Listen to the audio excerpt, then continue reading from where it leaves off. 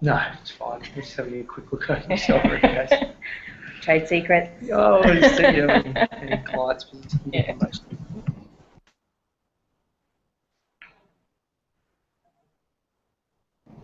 Do you want a cup of coffee or something? Could I get some water? Yeah, sure. Right. Yeah, thank you.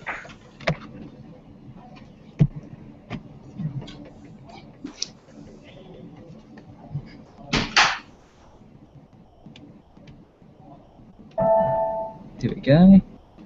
Okay. Okay, yes, we can hear you. Excellent. I can hear you. Great. So let's begin. Now you're up on the screen there. We've got a few people in this room here in Perth. Okay. Hopefully join online as well. You should be able to see their faces appear just below. So I'll let you begin. Well, so before we begin, I've not done this before, so how does the slides work and all of that? What do I do? I see. Okay, I haven't done this before either, which is... Oh. Okay, give me a moment. So I've got PowerPoint open on my laptop here, Excellent. but I don't know how that works. Okay, so if you look on the side there, can you see a whole pile of like icons? Here? Okay. Yeah, so if you press the green one, that's screen share. Right. Okay, so then I choose that, share, I put it in. There we go, okay, I can see your screen now. Right, so is it better? I don't know what's better to do then. So now you can go full screen. Can you see the full screen? Yep. Might just see it. Yes. Is that better? Yeah, unfortunately we're having trouble with PowerPoint around the actual presentation, so we have to run through it in this outline. Slideshow, and then there should be a full screen option. So across the tabs at the top, there's slideshow. Yeah, that's not working on this laptop. So can you see the slide there? We can see it. Yeah, if I just scroll through it within PowerPoint itself, is that okay? Yeah, that should be fine. Okay. Good luck, Jo. Thanks, Kate. Okay, well, I guess we may as well get started then, if that's okay, guys. Yep. All right. Okay, my name is Jo Lim. I'm the Chief Operations and Policy Officer of auDA, and thank you to Brett and AWIA for inviting me to speak to you today. So, let's see how this is working. Sorry. Okay. So I'm going to run through sort of three things today, give you some background about auDA and the .au domain, talk about resellers in the .au market, because I think that's really probably what you are most interested in. I'm assuming that you guys do resell domain names in the .au market. And then to finish, I'm just going to talk a bit about what's new in the world of domain names and some things that you might already be aware of or might want to know more about. auDA is a not-for-profit membership-based organisation, so we're not a government agency, although we do perform a regulatory role in that we administer the .au domain space. We've been endorsed by the Australian government to do that, and we get our legal authority from a contract with ICANN. So ICANN is the global domain name body. We have a board of 11 directors and we have 14 staff, so we're quite a small organisation, but we do quite a lot of stuff. We perform sort of three main roles. We have a regulatory function, so that covers things like policy development, so the policies around .au domain names, who can have one, in some cases what they can do with one. Industry regulation, so that's obviously the industry that sells .au domain names, and we govern some of their market behaviours. And we also handle complaints about .au domain names and some dispute resolution as well. So that's sort of the main thing that we do. We're responsible for the overall security and stability of the .au infrastructure, so we run .au in a technical sense. And we also run a number of community programs, and the reason we do this is because we are charged with administering the .au domain space on behalf of the Australian internet community. So in order to try and involve that community in what we do and to reach out to our stakeholders, we run some community programs. So they include a charitable foundation, which gives out grants annually, an awards program called the ANZIAS, which I'll mention at the end, and we also run an internet governance forum. We've been doing that for the last few years, and that's sort of broader than just domain names. That covers all kinds of internet governance issues, and we do that annually, and that brings together a wide audience in Australia.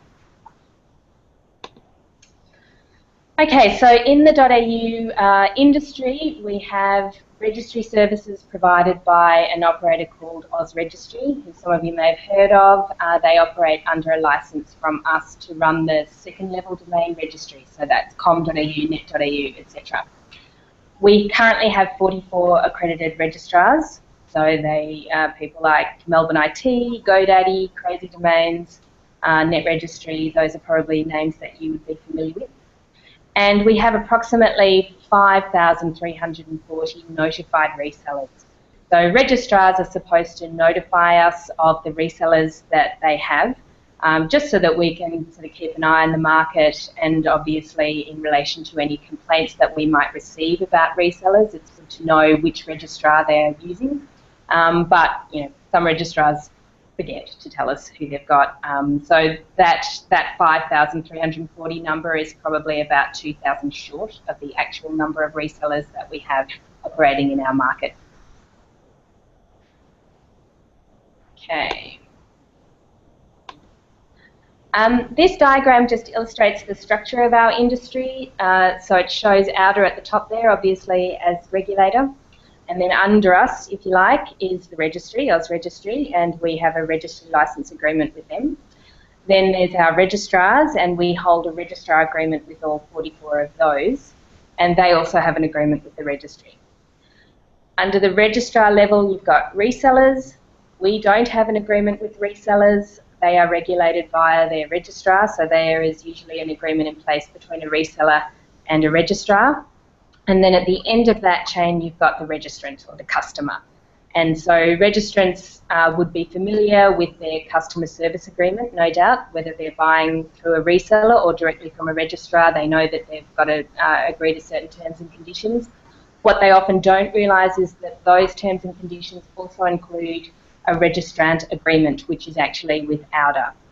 And so those agreements, all of those contracts, form the legal basis of our industry. So there's no legislation in place here. It's all contract-based. The .au domain is divided into a number of second-level domains. I'm sure you'd be familiar with this. There are the open ones, which are effectively open to the public, com.au, net.au, and so on. And these are the ones that you would sell to your customers, that registrars sell. We also have some closed second-level domains. You've probably heard of edu.au for educational institutions and gov.au for government bodies, and those spaces are managed by those sectors. The CSIRO also has its own second-level domain. You may not have been aware of that, and they use that for purely internal purposes. We also have what we call community geographic second-level domains, and these are domain spaces for each state and territory in Australia. And the only domain names that can be registered in those spaces are geographic names. So, for example, carlton.vic.au, Carlton being a suburb of Melbourne, and only community groups within those localities are eligible to register those domain names, and they have to use them to run a community website. And those domain names are approved directly by auDA. Okay, so this just shows you some of our current stats in the .au domain space. So you can see that we're sitting on around 2.9 million domains, and by far the bulk of those, around 85% of those, are in com.au. So there's sort of 2.5 million domains in com.au, and then the rest follow after that. You'll notice that if you look at the percentage column, the third column from the left, it shows that we're currently sitting at around 6% growth in .au, which has been steady like that for sort of the last 2 years. But that's much reduced from, say, 5 years ago when we were sitting at more like 20% growth. But that was pre-GFC. But just to show you how that compares with some other countries around the world, I've put a chart up there with some other sort of comparable countries. You can look at the total registration numbers, but the thing that indicates the popularity of a domain space is really the last column there, which is domains per 1,000 inhabitants. So you'll see that we're sitting roughly the same with New Zealand on a per capita basis, but we're doing much better than Canada, for example, much better than China, but of course China does have a lot more people than we do. But the ones to watch there are sort of Netherlands and Germany there, and the UK. They're very popular within their local communities. Now this is a question that we get asked a lot, and there's a lot of speculation around domainers in our space. So domainers are people who register large numbers of domain names for monetization purposes, so whether that's to park them or to put up pay-per-click pages, or to sell them on the secondary market. There's often accusations that these people are running all over our space, and it's actually not true if you look at the numbers. We've divided it sort of into portfolio size, small, medium and large. In total, they hold around 15% of our namespace. So certainly the .au domain is not dominated by domainers or by sort of domain speculators. The bulk of domain names registered in .au do actually belong to genuine, if you like, businesses and individuals. Okay, so the basic rules around .au domain names are pretty simple. It's a first-come, first-served system. Registrants have to be Australian or registered to trade in Australia, and there's a number of eligibility criteria that a registrant can show that they meet. For example, they've got an Australian company name and number, or they've got an ABN, a trademark, those kinds of things. Domain names must be an exact match or an abbreviation of the registrant's own name, or can be a close and substantial connection with the registrant. There's a fixed 2-year domain name license period for all .au domain names, and registration for the sole purpose of resale is not allowed. So that helps to cut down on the amount of domain speculation that we get in our space. So the rules around a domain name license, what lots of people don't understand is that there's no proprietary rights in a domain name. So the registrant holds a license to use that domain name. They don't own it forevermore. And that license is subject to terms and conditions, and of course they have to keep renewing it every 2 years. Registrants make a warranty at the time they register a domain name that all their information is true and correct, and they will comply with auDA policies. And we reserve the right to delete a domain name if they don't do those things, basically, or at the request of a law enforcement agency, or to protect the stability and security of the DNS overall. Enforcement is mostly complaints-based, so with nearly 3 million domains in our database, we don't go looking for these problems. We wait till they come to us, mostly. Complainants have to provide a valid ground of complaint under our policy, so it's not sufficient to just send a complaint to us that says, well, so-and-so's got this name and I think I should have it instead. That's not a valid complaint, although people do try that. Registrants are always given a reasonable opportunity to correct a breach of policy if it's possible that they can do that. But eventually, if a complaint is upheld, then we'll delete the domain name. We won't transfer the domain name to the complainant. We'll just delete it. And the complainant takes their chances on picking it up when it drops. Okay, so moving on to the reseller market. Most .au registrars offer reseller services. Probably the most well-known ones or sort of popular ones, I guess, are 2 Cows, TPP Wholesale, Synergy Wholesale. They have really strong reseller market under them. The commercial relationship between the registrar and the reseller is not regulated by auDA. So that diagram that I showed before showed that there's no line between auDA and the reseller, and we don't involve ourselves in the commercial relationship. So we don't care about what pricing resellers get offered or the type of interface that they get to use or anything like that. Resellers, though, do need to comply with auDA policies and the code of practice. And if we believe that a reseller is not doing that, then we will go to their registrar and we will get the registrar to sort that out. So a few basic do's and don'ts if you are a reseller of .au domain names. don't register domain names for your clients in your own name. Basically, that's fraud and sort of stealing from your client. We don't really see this happening so much anymore, but resellers used to do it as a way of holding their client to ransom, to make it very difficult, if not impossible, for the client to ever leave them.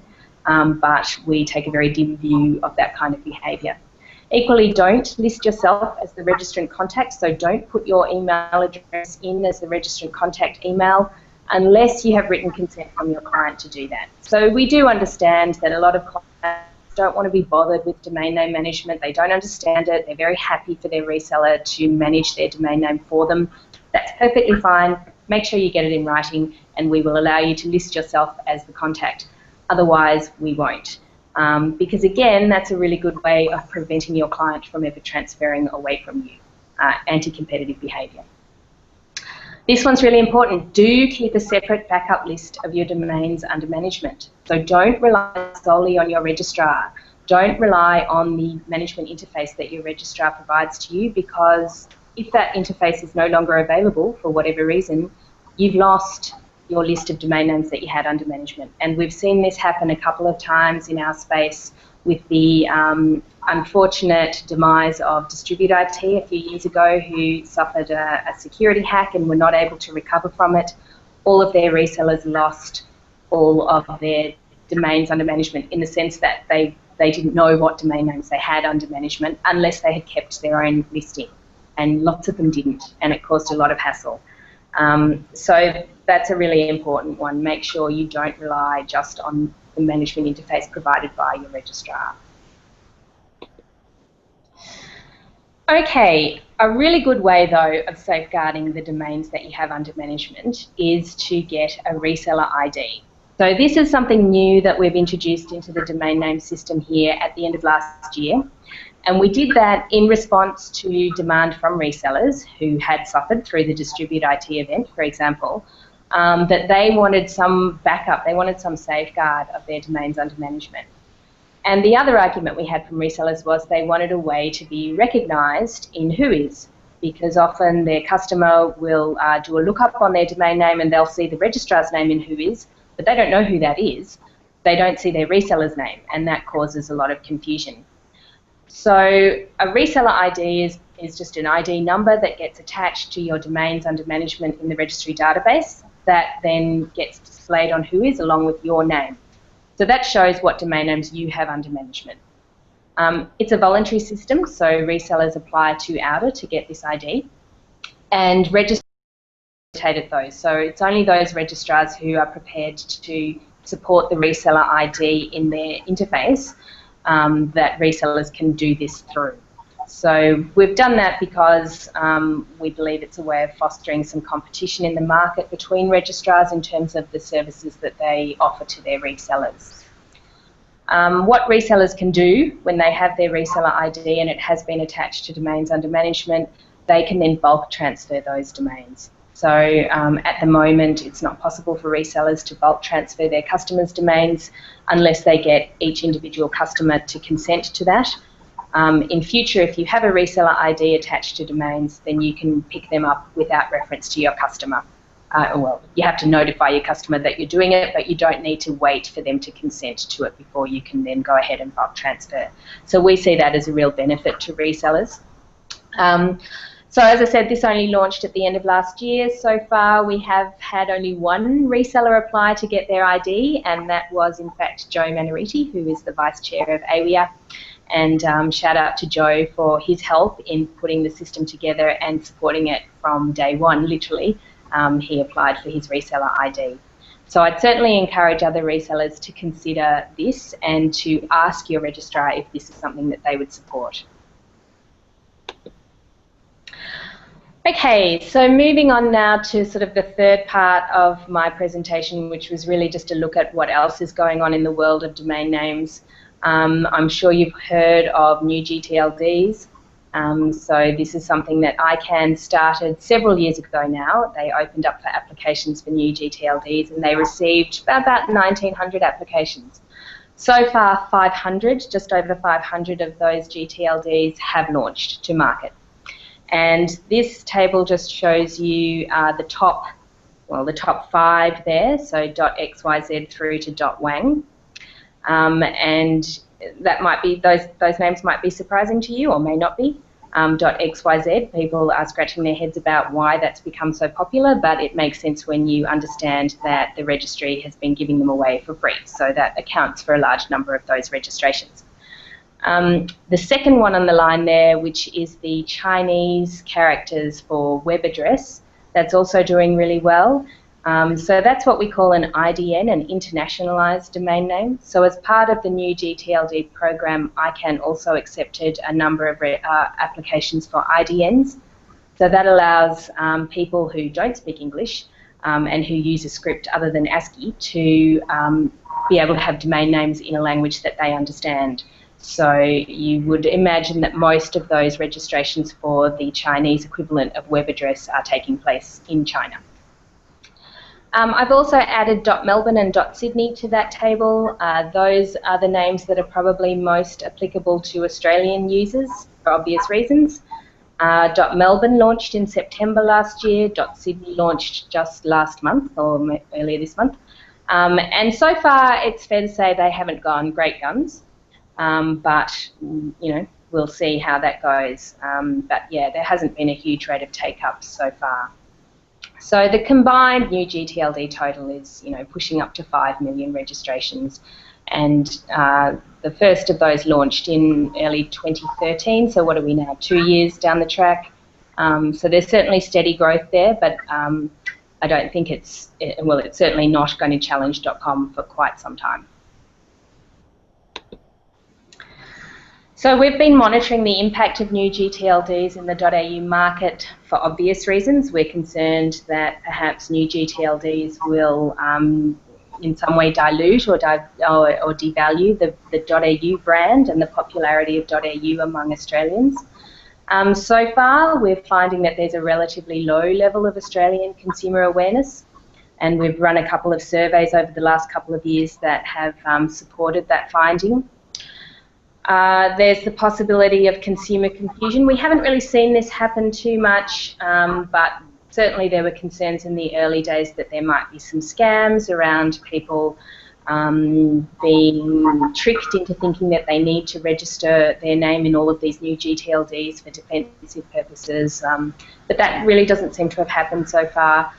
Registrars who are selling these domain names are not being particularly aggressive about it to date.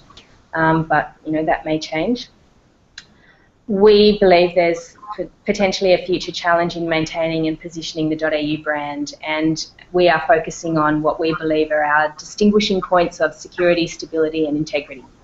So we believe we've got a really good track record. We have a really good reputation in .au as a trusted and well-regulated space, and those are the strengths that we'll be playing up.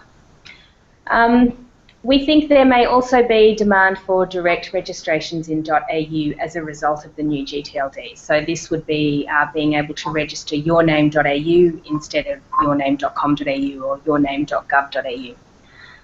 And on that subject, we are currently running a review to look at that very question of whether or not we do that. So we've set up a panel of 20 stakeholders, which includes registrars, resellers, business, consumers, legal, government, so sort of covering the whole range of stakeholders that are interested in the .au space. That panel is considering, as I said, direct registrations and also possible changes to existing policy rules. They're due to undertake their first public consultation in May and provide their final recommendations in November this year. So this will be running right through the year, and there will be at least 2 opportunities for people to have their say on the proposals. We have considered direct registrations a few times in the past, and each time the recommendation has been to just maintain the status quo, and that there's a lot of value in the second level domain hierarchy in .au, because people intuitively understand that com.au means commercial and org.au means charity and that kind of thing. But we think that with new GTLDs and people getting used to a variety of different extensions now, and the fact that .nz and .uk moved to direct registrations last year, we think there might be more appetite for change in Australia this time around. So we're looking at it again. and we will see what happens. So the panel is specifically considering what are the pros and cons of doing this. Is there any market demand? What would be the impact on existing .au registrants? And as I mentioned, .uk and .nz have just done this, and what's their experience been? So both of those countries managed the transition process fairly smoothly, but we're waiting to see now how popular the direct registrations are compared with people still registering in co.uk or co.nz. So we're keeping an eye on that, and we'll see if that has any sort of applicability to the .au market. Okay, and before I finish up, I just wanted to tell you about the ANZIAs. So I mentioned that we run an awards program every year.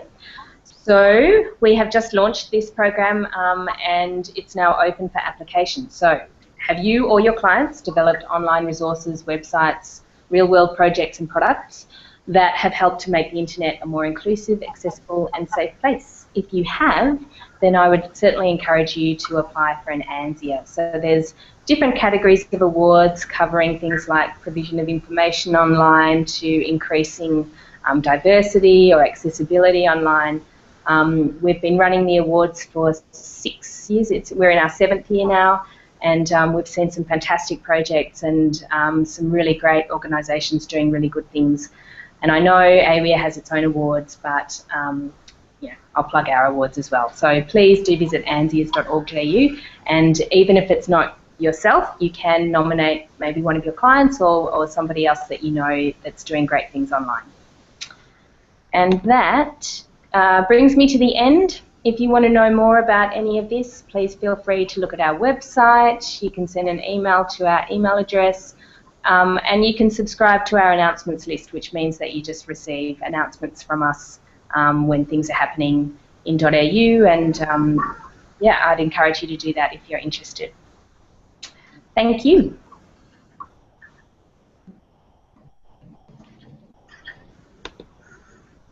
So I don't really know what to do now. Close that. Okay. Hello, I'm back, Jo. Hello. Oh, hello. I've lost. Oh, there you are. Hello. So now you can just close. We've just finished.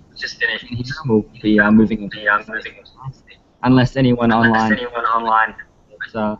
might want to.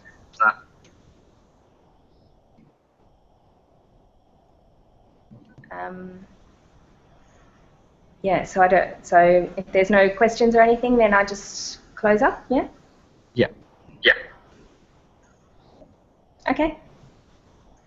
Thanks. All right. Thank you. Bye. Bye.